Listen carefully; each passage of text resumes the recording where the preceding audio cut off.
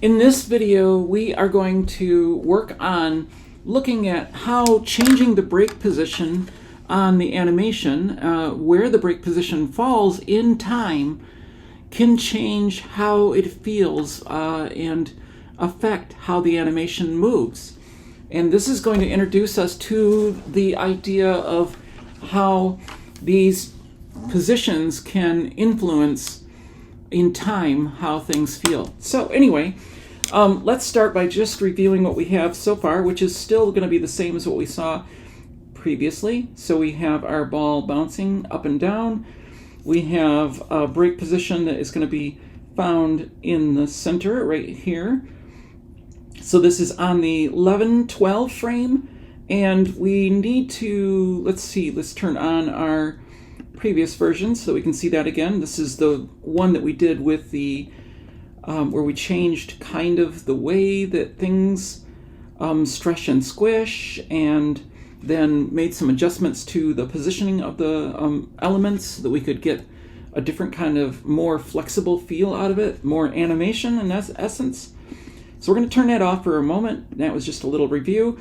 And what we want to do is we want to look at what we have so far and see how we can adjust it. And what I want to do is take this version of it, and we're just going to rename this for a second and call this animation. Let's call this ball bounce 11-12, and then let's duplicate that. And so I'm going to make a duplicate of that, and again, I'm bringing up this menu by using two fingers on the trackpad, and that brings up the submenus. And I'm going to name this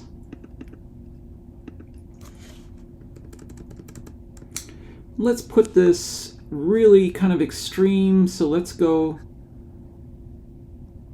5, 6 for this one. Okay. So I'm going to turn off our first version that we did so that we have our new version that we're going to be working on. And what I want to do is move this brake position. We're going to just start with the simple stuff first. We're going to move this brake position so that it occurs on the 5-6 frame versus the 11-12 that it's currently on.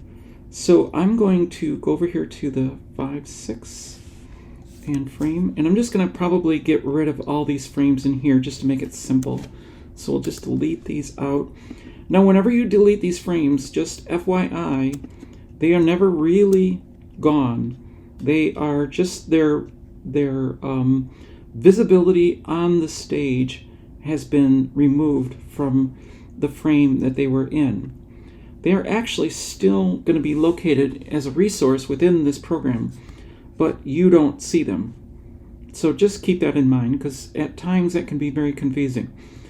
Okay, so I'm sorry, I just got rid of more than I needed to, so I'm going to go back for a second, and let's see, 5, 6. So here is this 1, 2, 3, 4, 5, 6. This is what we're getting rid of. So we're getting rid of these, and we're moving this over here. Okay, and then let's get all this cleaned out of here for a minute. In fact, we'll clean out this just for the sake of arguments. Okay, so now what we have is we have a ball that starts out at the top here, and it comes down very quickly, and then it has more time to go on the up move. Now this is not going to seem like the way that a ball moves. This is going to be very unusual, but we're using it to illustrate a point. And so we're going to just bear with me while we illustrate the point.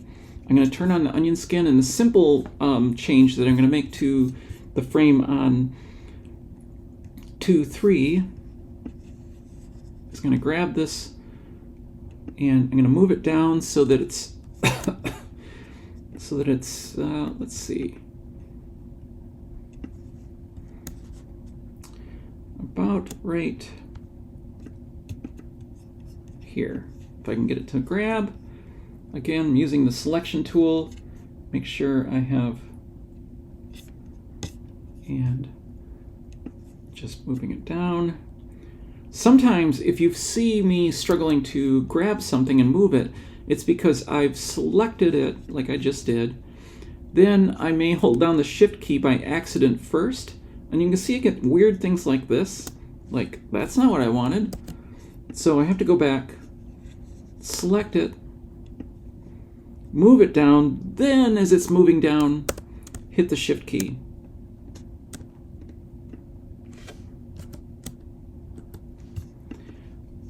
Now, sometimes that doesn't work either. As you can just see, I just had problems with it. So I love it when you're having problems, right? When you're doing a tutorial. But I always think that this is a good time to learn something new about this. So I'm going to just move it down without holding the Shift key. Now I'm going to hold the Shift key. And it won't do it. So I'm going to just go back and not use the Shift key for momentarily. If I want to, I can go and use the arrow keys. If I hold the Shift key down and use the arrows, I can just move it down like this. And really what I'm trying to do is just kind of get this somewhere in the center of this. Okay, something like that. So we have, let's turn off our onion skin. We have a drawing here, we have a drawing here, and then we have a drawing hitting here. Now as they go back up again, they're going to be going to this position, and we've got a conundrum here because we're going to need to add 3 more drawings in here. And so where do we add those drawings and how do we adjust this? So let's turn on the onion skin so we can see the problem from above, basically. So we can see it through time. And let's go all the way here. So here are all of our frames that we have that we can choose from. I'm currently on the 13th frame, as you can see. And what I need to do is space these frames out a little better. So I'm going to just move this down, and I'm going to have it intersect here. Then I'm going to move to the next one. And you can see as I move over, I'm going to just kind of adjust this out so that I'm constantly seeing my break drawing. So I can kind of adjust things that way by viewing it. And then let's move this down.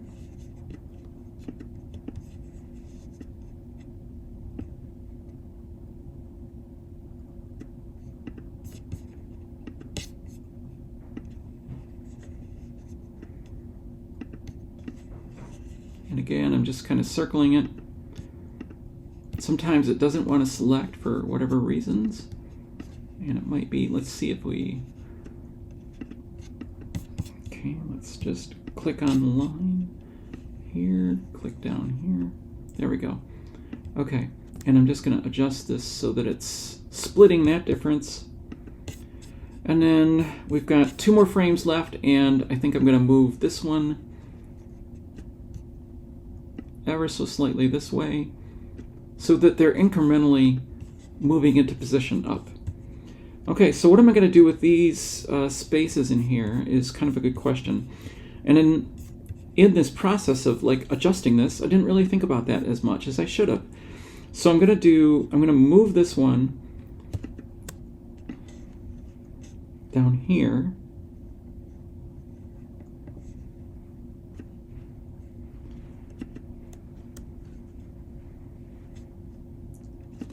So here's our break position again. Here's our next in between, which is this egg shape. And then we need to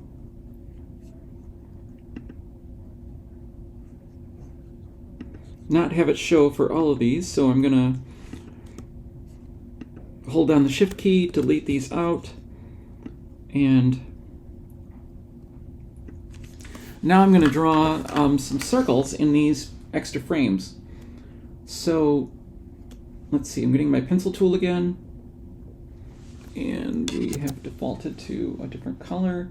So I'm going to change my color back to my blue that I like, go back to my tool, And again, I'm going to go back to one of my original drawings, which would have been more like this, just to make sure that I don't change my shape on it. And then we'll move it down into place once we get this to select.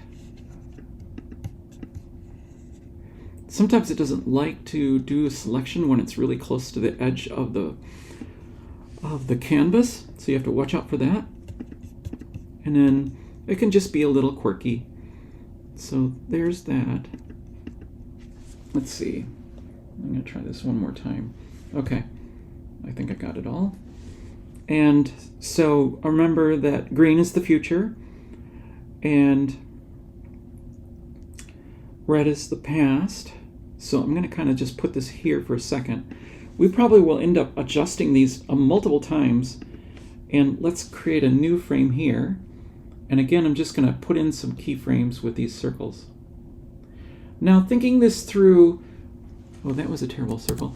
As the ball is bouncing back slower on this, which, as I said, doesn't really make sense, how did it lose so much energy is kind of the question, you know, that a person might ask. Because it's just gravity that's pulling it. But nevertheless, I'm going to just kind of go with this for a second.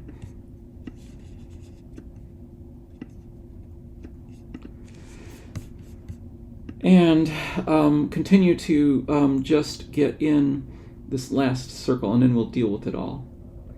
Okay, there is a good circle. Okay. And once again, I get my selection tool. Kind of select around this so I can... Oh, stop it, you silly. Okay. And then let's just go here with it. Okay. And we're going to need to extend this exposure so that it's 2 also. So I'm going to just...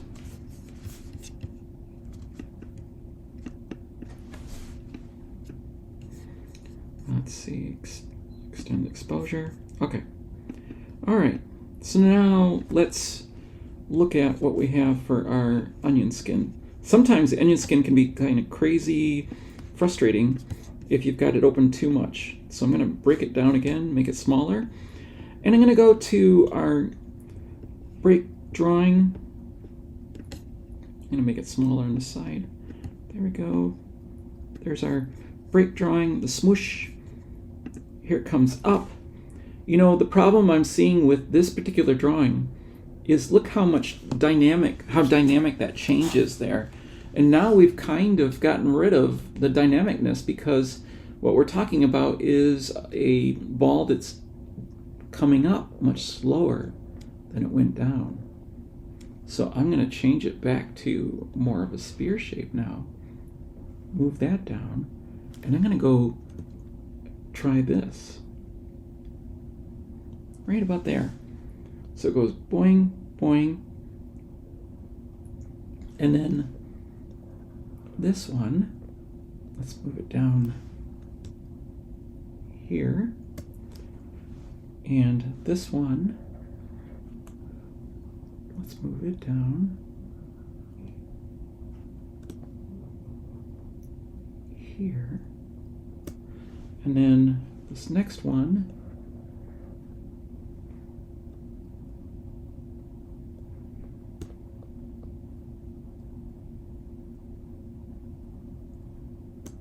here.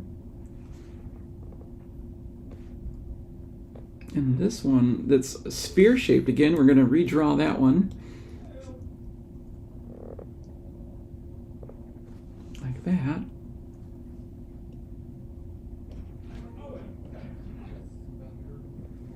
And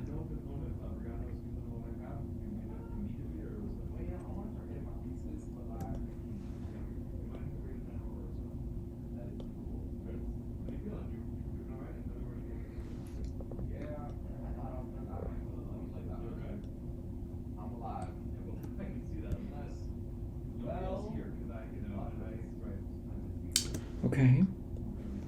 And again, I think that I'll probably end up having to maneuver these around a little bit more after this.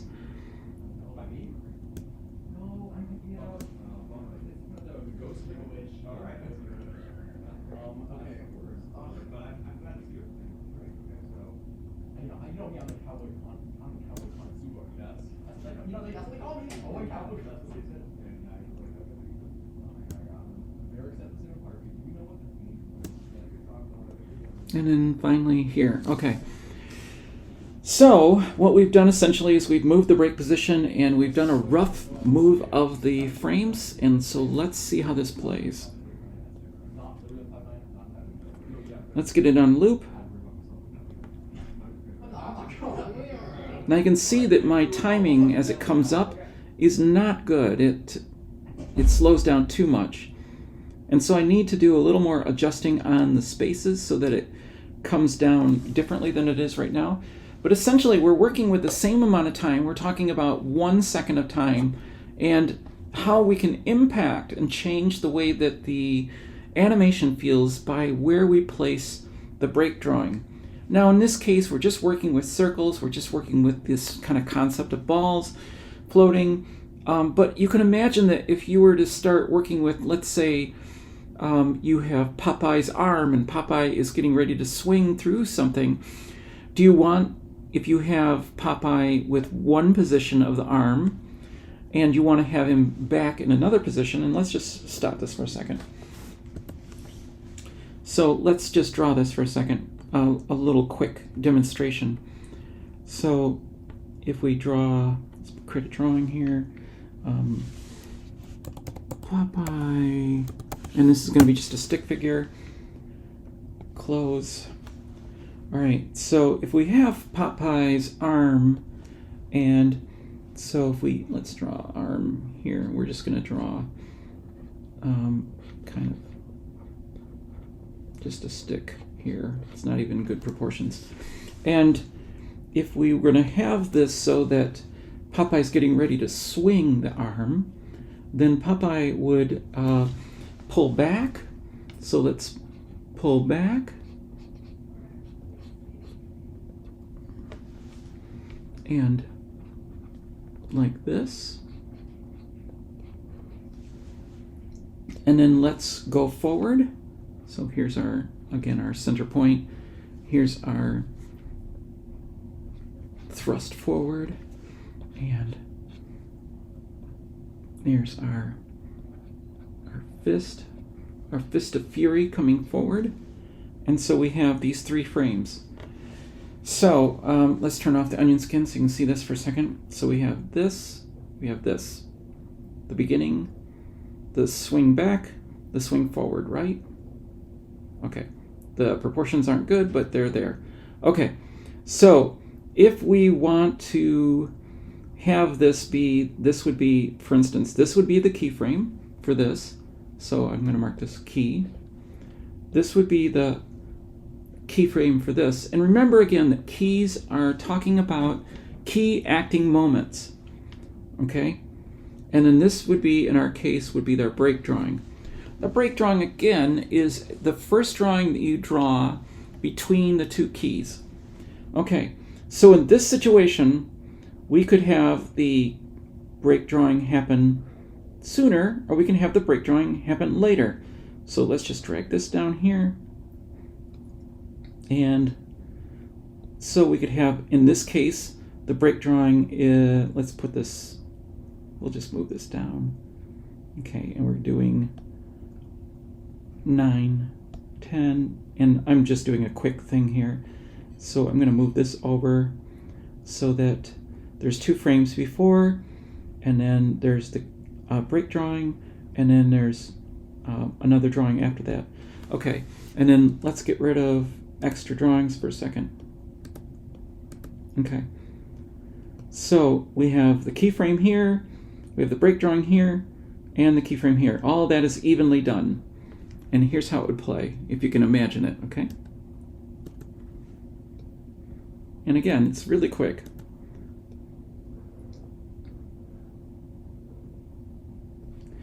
But if you were to have it so that it's not even, so that he pulls back quicker and punches longer, which doesn't make any sense to my mind, but let's just try it for a second.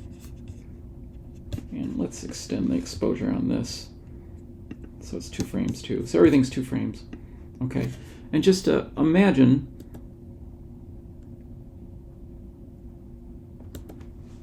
and let's just drag this out so it's 4 frames so you can see that enough.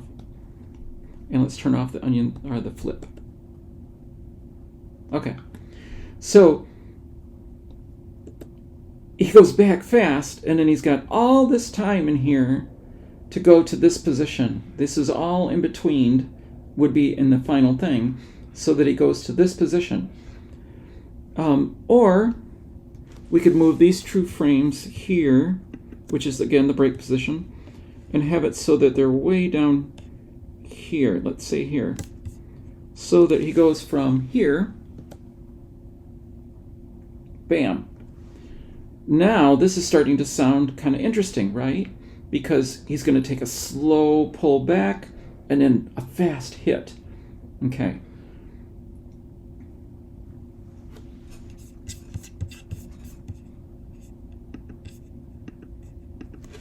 Okay, so I went through and I finished just doing a really rough pass of this animation here, just so I could show you how this changes things. So see how by taking more time between the keyframe and the brake drawing, and then less time at the other end of things, it changes the way the whole animation feels. And so we'll explore this more when we get into some of our other examples that we'll work through. But I want you to start thinking about how the brake drawing affects things. And so here we are, we're back at our bouncing ball for a moment. And let's go back to our version that we did that was a 5/6.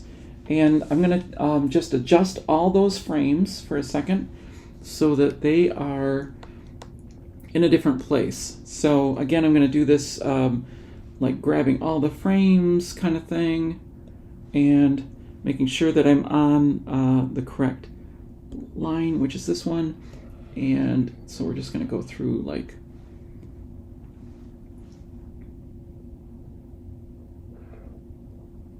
and so let's see, make sure I've got reposition all drawings selected, and so let's move these over kind of over here. Let's see, did I get them all? I did. Okay. All right. So now we can turn on, let's turn that off. And now we can turn on our original version and see how these play. Let's put on the loop.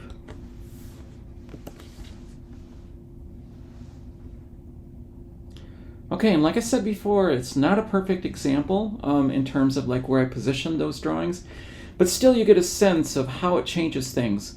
So what I would like you to do is go through and do just like I did with these circles here. Don't worry about the Popeye arm. That was just an example to show you how we're going to use this in the future.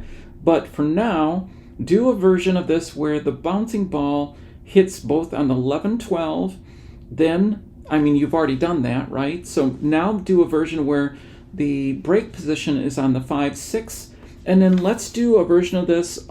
Let's turn this off. Let's do a version, oh, stop. Okay, I gotcha. All right, do a version of this where the brake drawing, instead of on 11-12 or 5-6, is actually on 15-16. 15-16. So try that and see how that feels. And then we'll check in and see how that is all working for you. So you want to do one that's at 5-6 and one that is at 15-16. And again, you can use the same drawings to start with, so you have always kind of the same beginning and end, and just go in here and make a duplicate of it, name it. And you know, naming these layers is really important to your organization. So 15, 16, and now we're all set with that.